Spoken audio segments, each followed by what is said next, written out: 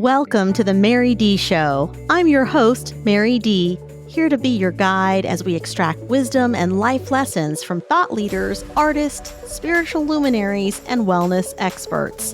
In 2018, I healed from breast cancer without the use of chemotherapy or pharmaceuticals. I love biohacking and plant medicine and what it means to be in relationship with spirit so that we can feel whole and complete. I want to sprinkle you with some hope dust, tickle your funny bone, and inspire you to find your inner roar. Get ready to live your most aligned, purposeful, and joy-filled life now. Hello, everyone. Welcome back to the Mary D Show. I have a super special guest for you today. And I know that you guys hear me talk about super special guests, but this one is extra special because she is basically my sister from another mister. Her name is Deanna Latson. For anyone that knows me and has followed me for any amount of time, you know that Deanna is a common conversation piece. She is a common person that I reference in my life because she is not just someone I've been able to do a lot of business with over the years. She is also a very, very dear friend. We do so much together. Ski trips. I mean, she's my family, for lack of a better word. And I am so fortunate to have an incredible support system in my life. And she is definitely one of them. I brought her on today because she is a badass. If you don't already know Deanna, you're going to want to get to know her. She has been a professional speaker. She spoke on the university circuit, spoke with collegiate athletes. She has run and grown a huge health company. And when I say huge, we're talking a merger to the tune of like 250 million plus. So she has been a corporate executive, and there's so much you want to learn from her. And I brought her on today, and she's going to share some wisdom with us. And with that, Deanna, welcome to the show. Mary, you are my family. Yeah. So it's happy to be here. I've been listening to your podcast. You have such a wealth of knowledge to share, and you've been going through a transition period. And I think that it's so timely because there are so many people out in the world and in this economy right now going through all kinds of transitions. Then there are the people who also want to transition out of that kind of big corporate space into their own calling. And I think that you're going to have lots of wisdom to impart on them. So thank you so much for showing up and as your, of course, vulnerable, authentic self. And it's going to be exciting to walk through some of these questions. So let's get right into it. You have been a, executive building a health-based company. So you all also know from a nutritionist point of view, Deanna is actually a certified nutritionist also. So she comes to everything from this mega healthy. She's one of the cleanest eating people that I know. And she's someone who lives this. This is the person she's always been, that I've always known her for. Now, she'll share a little bit about how she used to love McDonald's, but that's not the case anymore. And with that, I want to start with, what are some things that you wish you had known before you started your health company? Let's just start there. That's a great question. What I wish I would have known. So I had an interesting entrepreneurial journey. I started off and I was going to be a professor. And so I was teaching at the collegiate level for many years. And then I had my own business as a professional speaker. When I partnered with my partners, who are remarkable people, I guess what I wish I would have known, I wouldn't really have done anything different, but I wish I would have understood the complexities of business relationships, because business relationships, in my opinion, especially when you partner with people in a company, are just as complex as intimate marriages, relationships. Quite frankly, the parallels are the same because you spend each other's money. You make decisions that can impact the company and the growth. And if you look through all the different things that have happened over the 12 years of that company, where we took it from zero to $270 million, I was the only wife. So it was like, I had a wife and 5 husbands, but we were all doing things that affected each other. So I wish I would have had a better understanding of the complexities in that, because as also a person who's not married any longer, I would move into a new relationship very differently because I know what I want, I know what I don't. And I would take some of those same principles and move into a business partnership differently based on understanding behaviors. How do you think you could go about knowing what those behaviors are? Because obviously we learn behaviors over time, right? Like it's the difference between, so you guys know in my first marriage, which I call my practice marriage because I was only 22, I didn't live with my husband before I married him. And living with him was such a different environment than actually just dating him, even for 4 years. But actually living with him made all the difference. Like suddenly there are all these things that didn't exist before that exist when you actually are living in a house day to day with a person. So what are those behaviors? How can we speed up that timeline or ask better questions to find out what those things are in the beginning? Really, it's about asking better questions because it's about asking questions that are intimate level questions that a lot of people are uncomfortable with. I would want to know your financial stability. I just do. Because if you go into a business relationship with someone who's in financial hardship versus someone who's not, that's going to show up depending on the growth of the company. I would want to know if you're a litigious human or not. If you got divorced, why? I want to know intimate details about you because building a business is an intimate affair.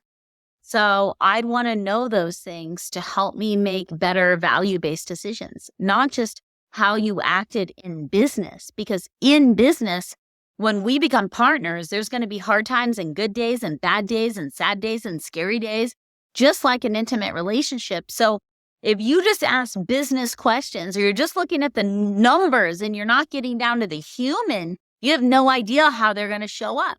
I was very lucky. My business partners, for the most part, with the exception of one that left early on because his values showed up, and then another one that showed up a little bit differently. But for the most part, we all shared very similar values. So we got lucky, but I would ask more intimate questions. Any question I asked, I was also willing to answer. Yeah, and I think that's also it too, right? It's understanding everyone's communication style.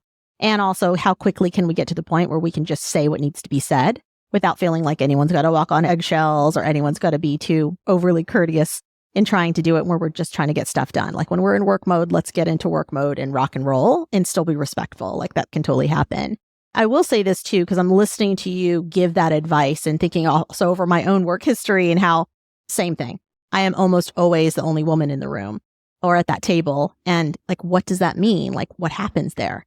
And so my question for you would also be, how do you not get sucked in to showing up in too much of your masculine at a table that's already very masculine? How do you still show up and show your value as a feminine energy and a woman in the group that's ready to like wield your power, but not in a way that necessarily emasculates anyone?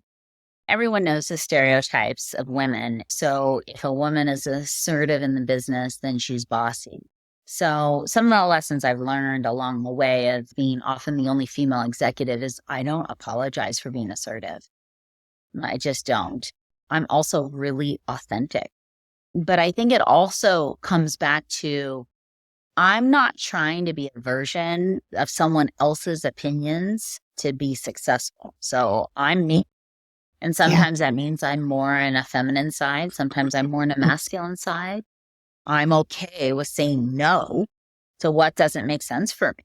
So I guess it comes back down to I know my values and I really understand what my unique kind of special sauce about me is and how that has given me a lot of advantages in my careers and all the different ways I've been successful in my different businesses. And so I guess it comes down to being clear and knowing that and feeling confident enough to stand in that version of who I know I am. Yeah, that definitely resonates with me. I would say that it's the difference of showing up confident versus showing up egotistical. And I think that's the beauty of it, is that's how we, right? That's how we soften that. But Absolutely. then, a lot of times women feel like they have to act like men or in the workplace. I never try to act like anything except myself. And sometimes different versions of myself come out. And sometimes it's more masculine and sometimes it's more feminine. Sometimes it's more bossy or Sometimes it's more authentic. Parts of me come out, just as we're all unique as human beings. I've always led with transparency. Yeah, I love You know that. what you get. Yes, you know exactly what you're getting. I say the same thing. What you see is what you get. What advice do you have for the men who actually can acknowledge that they probably have that woman in their group? There is another lady boss that's amongst all these men, and she's sitting at the table. What is a way that they can make her feel more respected, included, and also honored for bringing her feminine wisdom to the table? Several things. If I was coaching men in that areas, first of all, trying to understand their own stereotypes and their own language with themselves.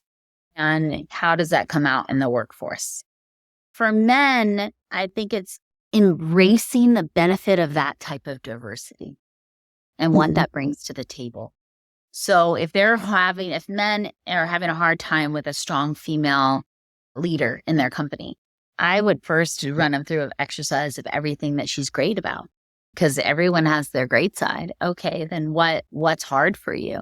Do you feel bossed by this woman? Why? Why is it bossy and not just assertive like another man? Or what can you do to break those communication barriers and run them through that type of exercise?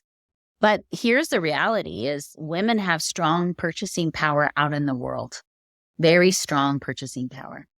And as male executives welcome in diversity, not only gender diversity, but race diversity. And if they welcome in that diversity, it's going to give them more input to what a strong buying power all over the world is. And that's women. Women buy for their families, and women buy for the children, and they're probably the strongest buyers out in the world. And if you can remember that, if any male executives who are struggling with stronger female presence can remember that, they can see it and utilize it as a resource.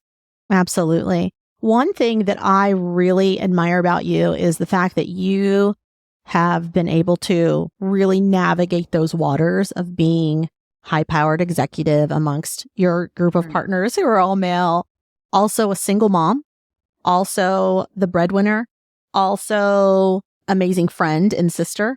So talk to me about how you live a balanced life. Like, what does balance mean to you? Because I know family is up on your values ladder. How do you make it all happen? How do you still show up for, your kids' piano recital and also run a multi-million-dollar company?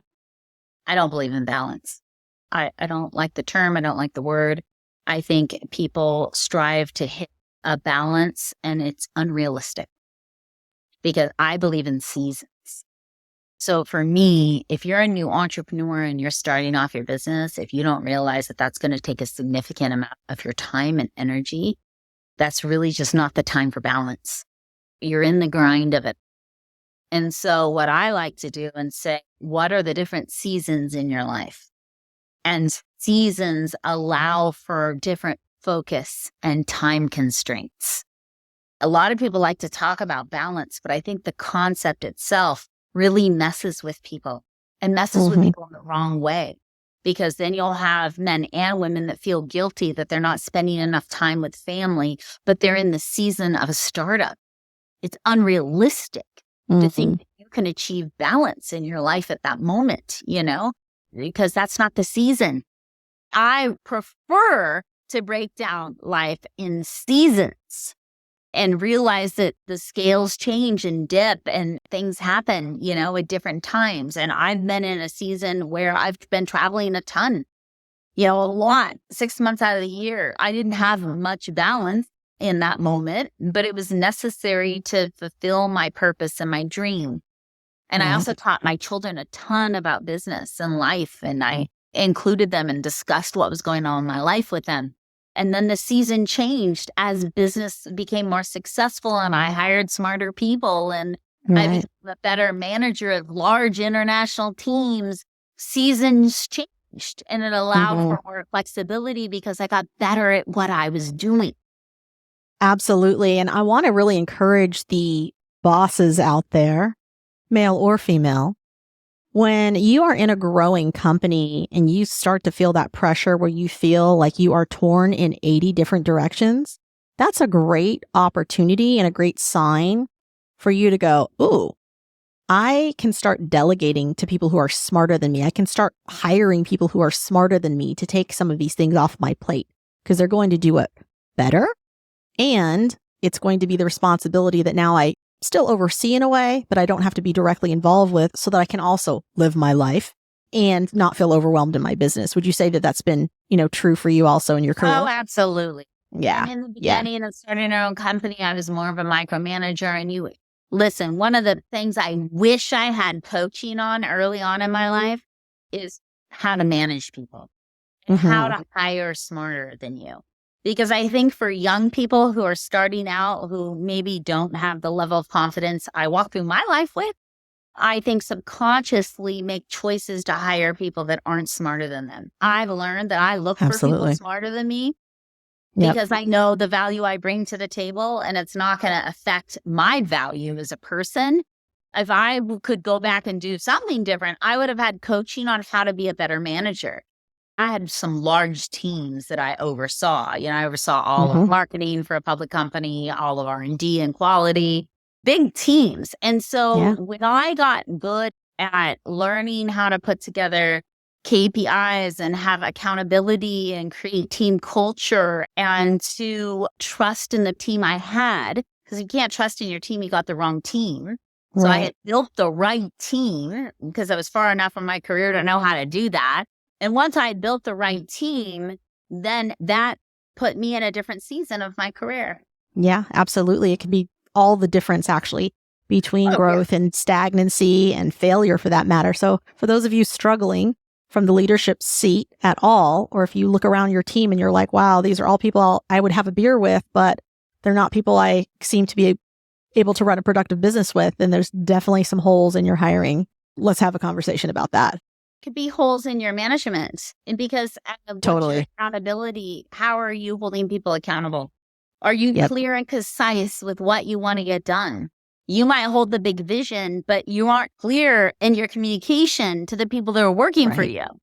And so if you're not clear in the communication, you're expecting the people who work for you to take a guess on what they need to do to be able to move the company forward. And so there's so many factors to it. Maybe you're not good at hiring. Lots of people aren't good at hiring. Maybe you struggle in communications. The team isn't as productive it could be.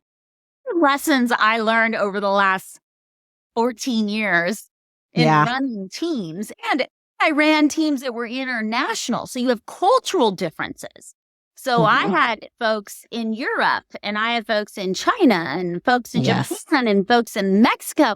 You have to learn the cultural nuances of people. On top of it's the regular, how do I become a better manager? That's right. Yes. I was literally sitting down to lunch with the CEO this week and we were having the conversation because it was him and it was his integrator. And we were talking about the communication piece and how so many companies, especially when it's a solopreneur starting to really come into their own in their business, that sometimes they're so busy doing what they're doing that they forget to stop and share the vision with everyone in the business so that everybody can be on board. Everybody can be on the same train. Everyone understands why you're doing what you do.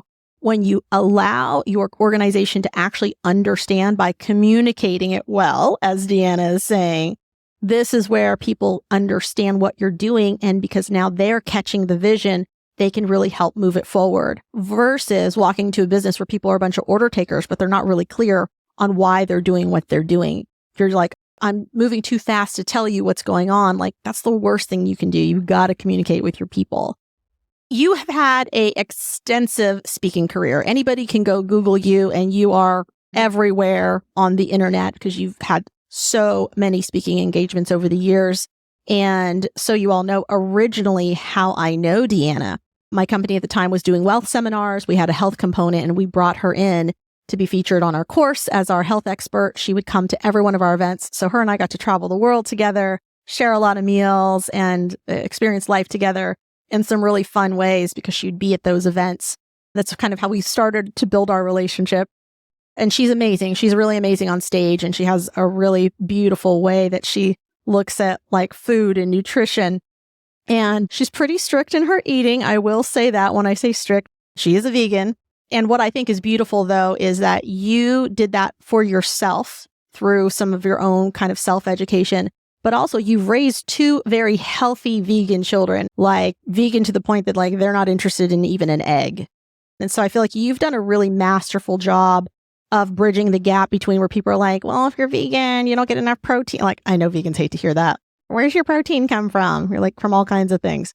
If you guys could see Deanna's daughter, she's probably one of the strongest people I know. She's super fit, super strong.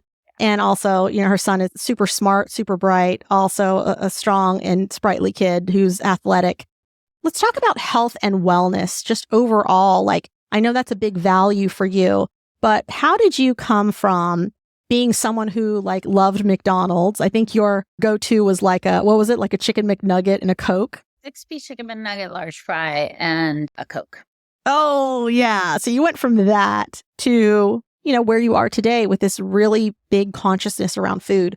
What's something that you know now that you wish you had known before you got on the McDonald's train? Because I think that's an easy, quick fix that people tend to go to, especially when the day is busy. So why do people make those choices? Why are they going to McDonald's instead of maybe a healthier burger choice somewhere else?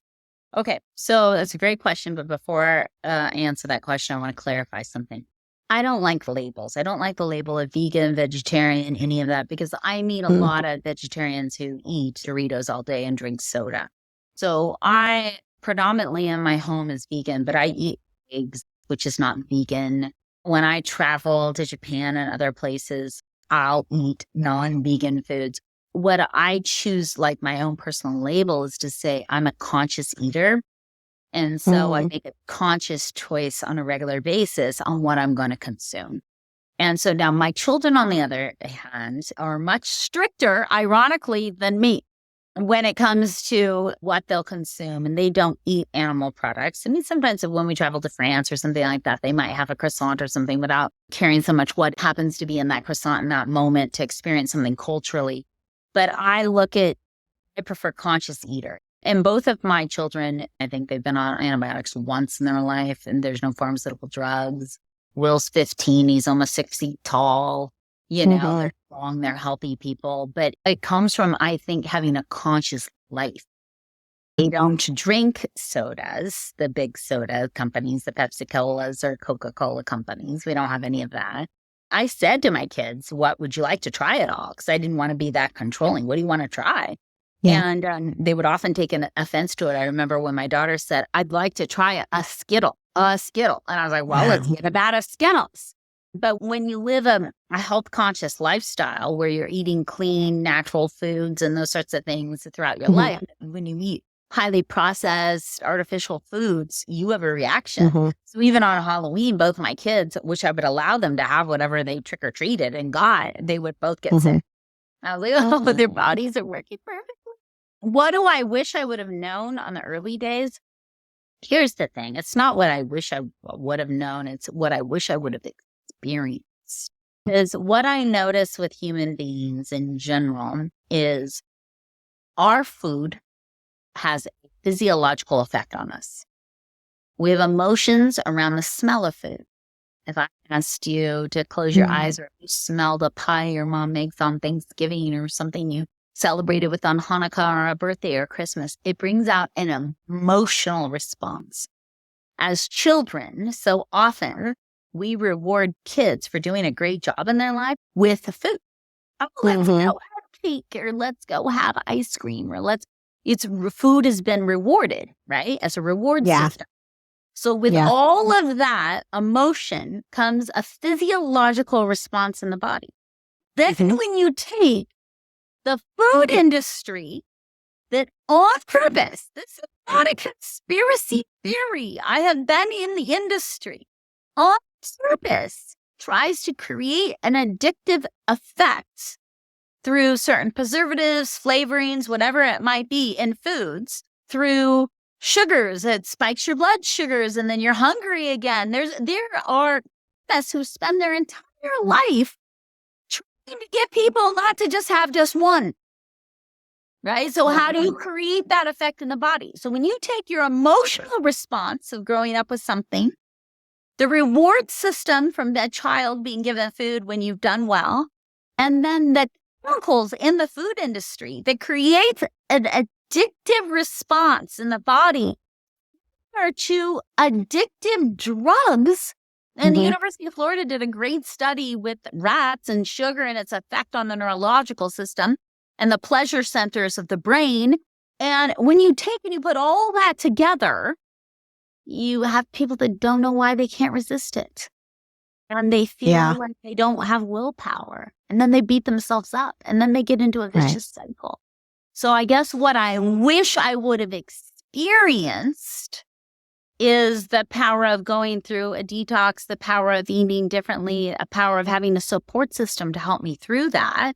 Because it's like going to rehab, except on the food, addictive scale. I wish I would have had the experience early on so I knew what it was like to be on the other side. Because when you get on the other side and you get off pharmaceutical drugs and you get off of all those chemicals and then you realize, oh my gosh, how different do I feel in my life? And everybody wants to wake up and feel great. Fortunately, most people don't have support systems to be able to go through that, to really understand it. And most people wait until they get a negative health diagnosis. Yep. Scares them with fear, and the fear is stronger than the addictions, and then they make a change. Right. So I guess if I was to give anybody advice, like get a support system, have accountabilities. If you want to make a change in your life, there's ways to do it. Because I know a lot of rich people that are trying to spend all their money to gain back their health.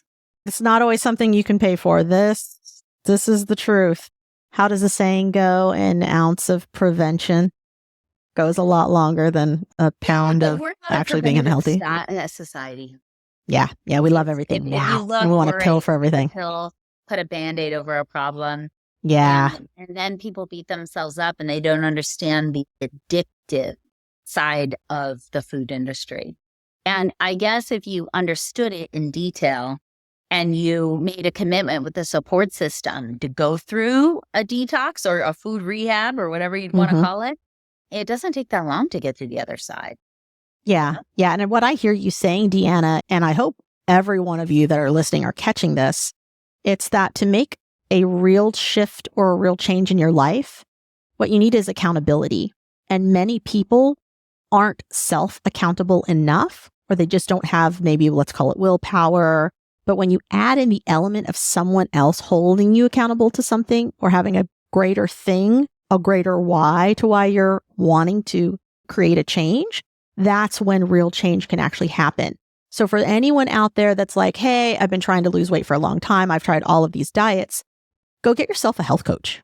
Go get yourself a friend who will hold you accountable, who will make you go on that hike every day, who will make you go to the gym every other day. You have to tell them what you ate for the day, and they share that with you. And that is where real shift and real change happens. And in order to stay in that, sometimes we need ongoing accountability. I would say that I've seen this on the spectrum, especially to my friends and listeners. If you tend to have a more addictive personality, for sure, you probably go through spurts where you're amazingly disciplined and then you fall off the wagon. So those really high highs and really low lows, this is really where you benefit from having an accountability coach in all of this. An accountability coach will really help you change your behaviors, and a support structure, whether that's a community or your group of friends or your family, whoever those people are, that can really continue to hold you with that, right? And so instead of going out to McDonald's with your group of friends, you want to find a group of friends that are like, hey, no, let's go out for a healthier choice. There's also tricks. Ooh, tell me the tricks. When you learn the little body hacks, you can affect your cravings. Certain supplements that help control blood sugars, because if you're always spiking your blood sugars, you're in this very vicious cycle. So how do you do that? How do you control that? If you have high enough vitamin and mineral count in the body, that can affect cravings. And so we are, without a doubt, dictated by our hormones, dictated by our emotions, and sometimes willpower is impossible because we're controlled by this secret army of hormones and emotions in our body. So what can you do to fight back in a tricky way? There's ways to do that. I mean, that's a whole podcast on its own. You know, how chromium helps with blood sugars or cinnamon and different things like that. And how sometimes those little body hacks can help what feels like impossible to have willpower. And sometimes it is impossible. Got it. I love that. Yes, that does sound like it's a whole other episode. So we'll table the following questions for a different time.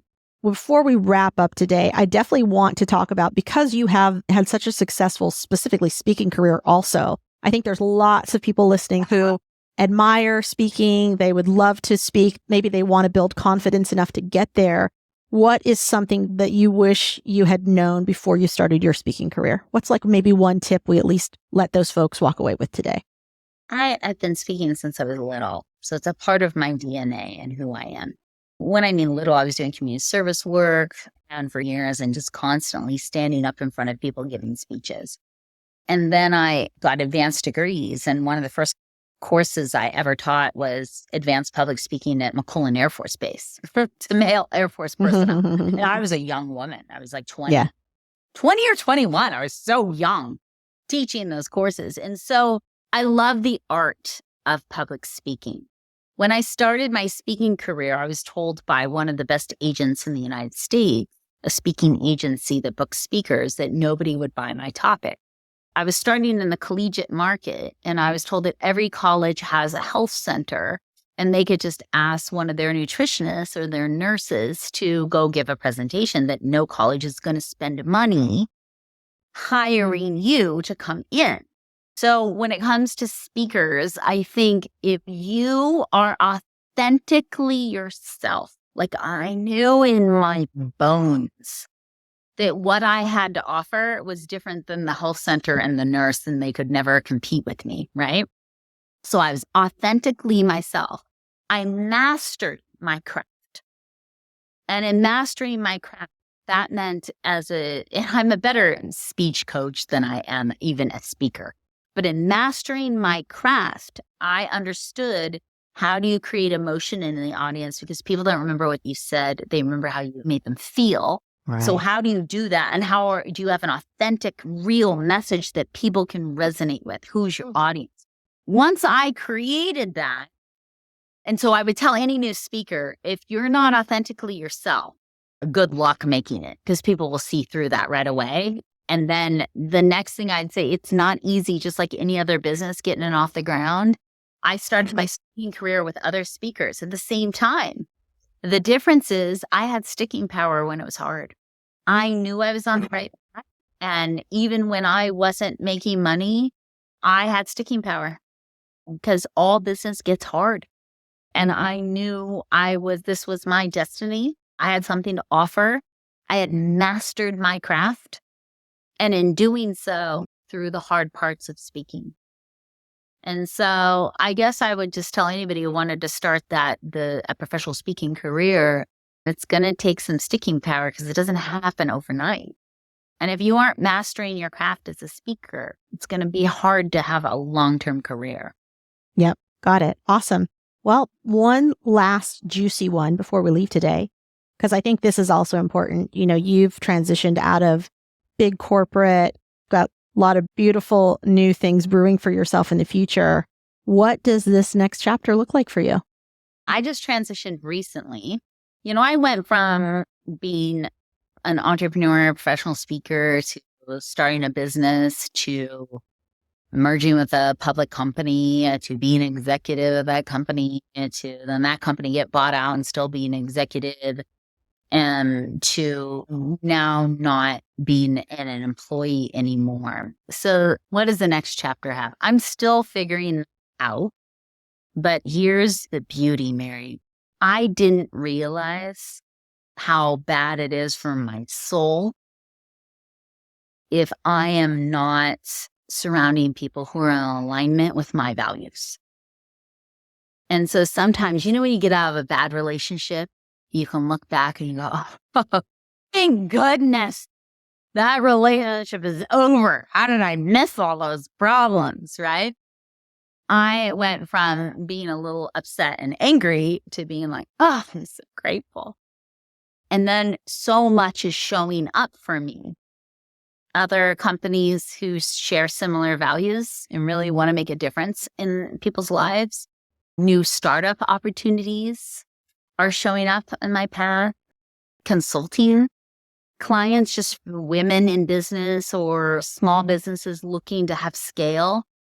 And so I'm looking at all of that. And now I'm directing my life based on, I want to be around people I can have fun with because that's so important.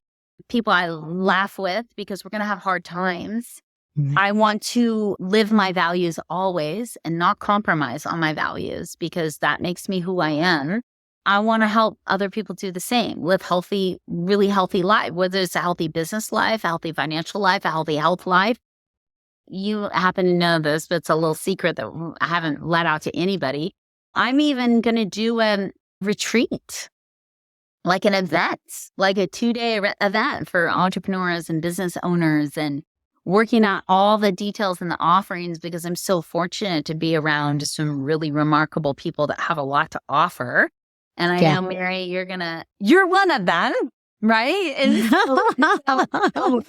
And doing an event for people who want to see some growth in their life as we figure it all out. So this is the first time I've said it publicly. Yeah, fun. That kind of retreat/event, and we're trying to work on the date, and we're figuring out all the different agendas and offerings that are going to happen at that event. But that's coming up too. So I have so many options on my table. I feel lucky to do it, but it's because, like you, and you always have tons of options, is I know who I am.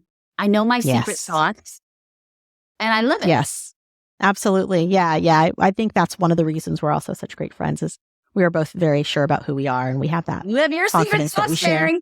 I know. We all know what our secret sauce is, and that it's special. Yes, exactly. We're very delicious. We're delicious in that sense. Love it. Yeah, and so you all know definitely more things around the retreat coming up for you. I wasn't fully ready to talk about it today, but the cat's out of the bag. So if there is actually a specific topic, or if you know us, or whether you don't know us, but you're like, ooh, I think you can teach me that, then share it, and maybe we'll add it to the agenda, and this will end up being the exact right retreat for you. There is definitely a wealth of knowledge between the two of us, and I am actually secretly hoping I can pull Deanna into the consulting world because I have some great companies that I know would eat up your wisdom to Deanna. So throwing that hat in the ring. Awesome. And you know what? What a beautiful thing to be able to go in. I've lived my entire life helping people live healthier lives, right? And also doing leadership work. But how amazing to come into a company that's doing good out in the world and help them to grow financially, grow operationally. How amazing is that? Yeah, absolutely. Absolutely it is. So with that, I want to thank you again for being my very special guest today. You are a very special person to me. So thank you for hopping on. To me, everyone listening to Mary D, you must love her so much. She gives so much value and wisdom all the time. Amazing. Thank you. With that, folks, tune in next week for a new episode. And until then, may abundance always walk beside you. May joy always go before you. And may love always guide you on your path. Also, you can check out my YouTube channel, and pretty soon you will find me on Spotify TV. With that, have a great day. Thank you for joining us on today's show. I hope that today's session inspires you to live an aligned life where you get to take complete ownership of your feelings and decisions to live in your truth. You can connect with me more at www.maryd.com. You can also catch us on YouTube at The Mary D Show. Head on over to Instagram and Facebook and type in @TheMaryD and just look for the little blue check to ensure you're on my official page.